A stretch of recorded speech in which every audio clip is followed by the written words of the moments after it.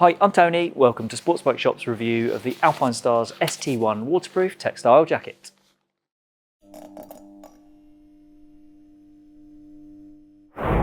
Alpinestars describe this ST-1 waterproof jacket as being ideal for riders who want a stylish and minimalist adventure touring jacket. Having explored this one in detail and worn it on the road, I'd say that description is pretty much spot on. It doesn't go in for fuss, it does go in for doing the simple things well and keeping a relatively low profile in terms of style. So let's run through the construction. The outer shell is made entirely from polyester. It's single layer throughout, which keeps weight low and flexibility high. Now we'll look at protection in a bit more detail later on, but the overall CE safety rating for this jacket is single A, which is the basic pass level.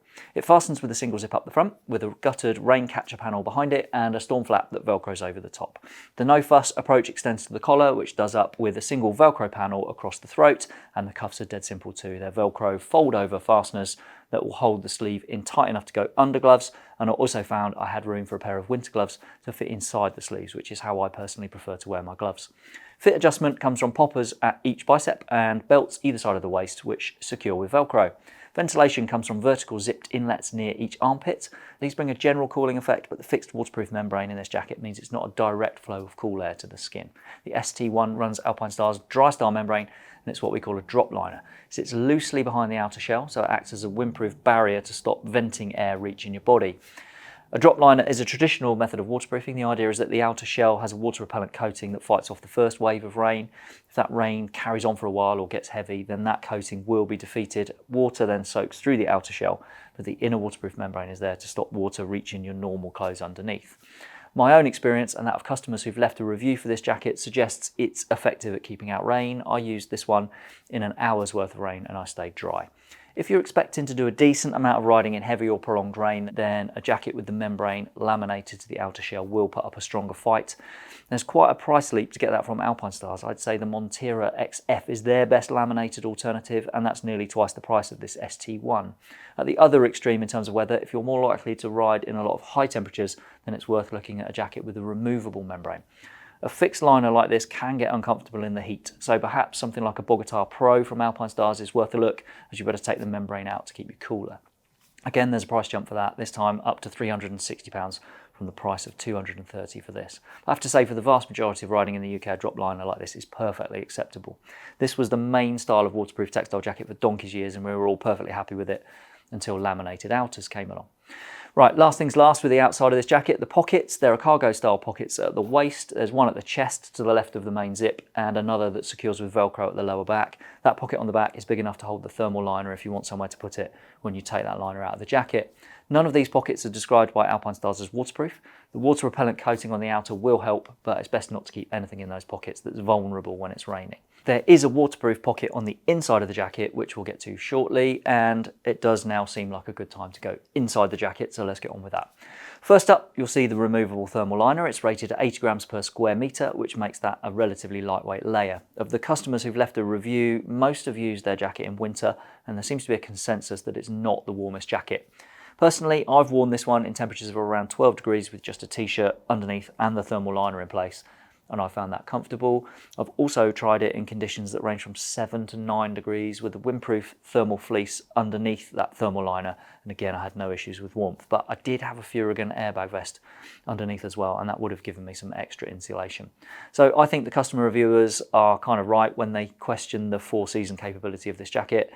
If you're looking for something to cover all year riding and all weathers, then I would certainly make sure I had room for a warm layer, or maybe even 2 underneath the jacket. There are no pockets in the thermal liner, which is a shame as it makes it a bit awkward to get to the internal pockets. Those are in the mesh liner that sits behind the thermal layer. There's a mesh pocket at the base of the right side with an elasticated closure, and there's that zipped waterproof pocket on the left side. I found I needed to leave the lower popper for the thermal liner undone to give me access to that pocket when I was riding with the thermal liner in. This mesh liner also holds the armour. Shoulder and elbow armour comes as standard, and back and chest inserts are optional. The standard armour, it's lightweight, it's low profile, it meets the basic level 1 of the CE standard for impact protection, but it's rated at type B, so it covers more of your body than a basic protector.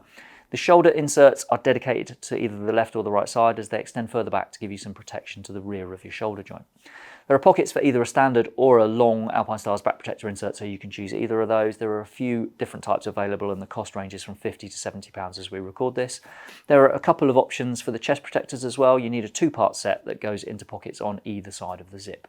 I mentioned it earlier, but you can see the label shows the overall protection rating under CE. The ST-1 is rated at the basic level A, which is considered to be best suited to urban riding. For connecting to trousers, there's a long zip that will match up with Alpinestars trousers that carry the corresponding zip. There are matching ST-1 waterproof textile trousers, which have pretty much the same construction and materials as the jacket. They're listed at £189.99 as we record this. If you pair them up with the jacket, which has a £229.99 list price, then it's £420 for the combination. In terms of sizes, this comes in everything from small to 6XL, which takes us from a 40-inch chest up to a 56-inch chest. I wore a medium, which is shown on Alpinestars chart as a 42-inch chest. I'd normally wear whatever comes in at a 40, but I found the equivalent of a 42 was better for this jacket.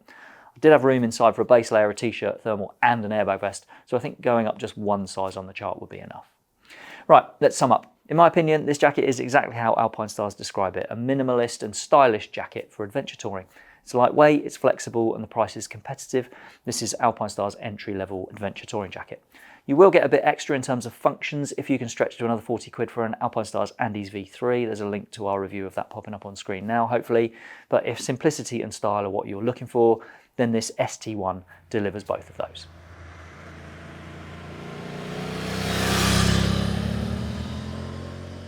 I hope that tells you everything you wanted to know about the Alpinestars ST-1 waterproof textile jacket, but if there is anything you'd like to ask or to add, then please pop a comment below. Thanks for watching.